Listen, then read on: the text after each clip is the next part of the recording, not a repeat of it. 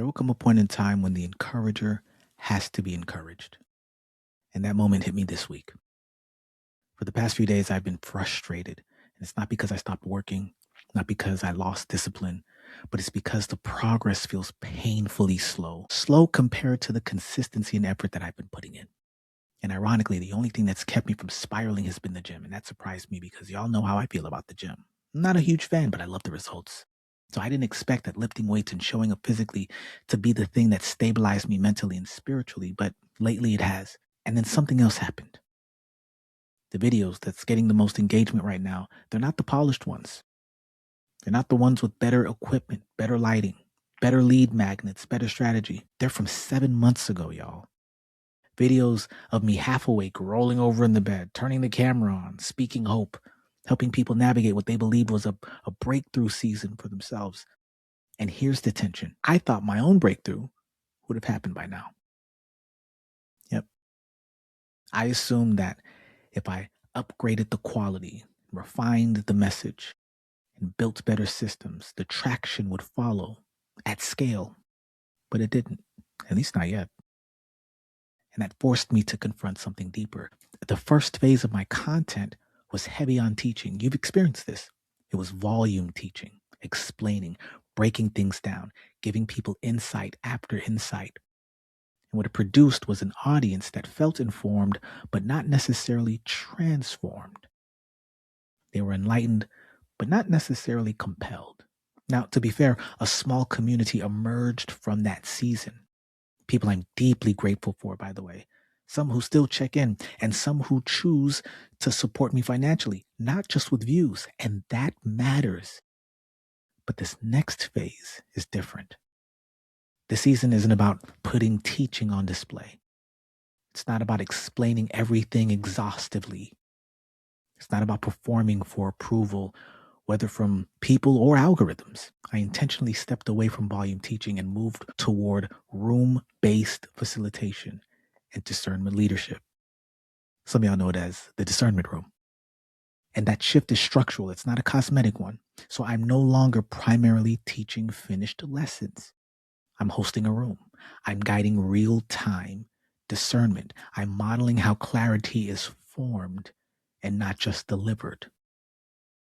And so that aligns with what comes most naturally to me, helping people think, helping people to feel and to decide differently in the moment, to be present. But here's the cost.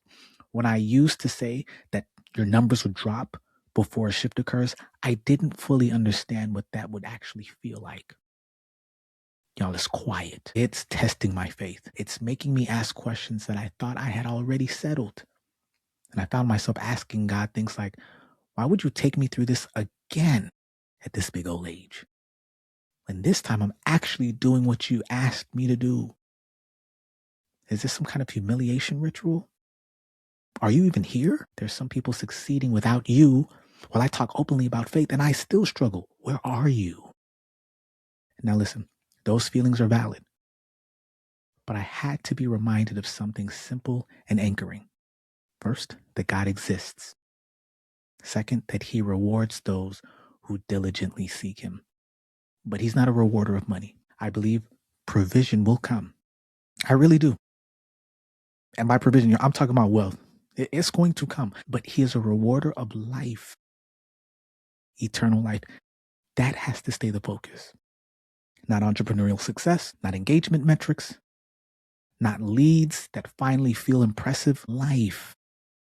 And he does that out of his love for us. He loves us and he wants for us to seek and to search for him with all of our heart. Now, sometimes I hesitate to talk like this because it sounds like only people who are struggling say these kinds of things, but that's not true. Everybody struggles. No matter the income level, no matter the platform size, even when wealth comes, the struggle just changes its shape. Health, family, identity, direction, at every level, it comes back to one single question.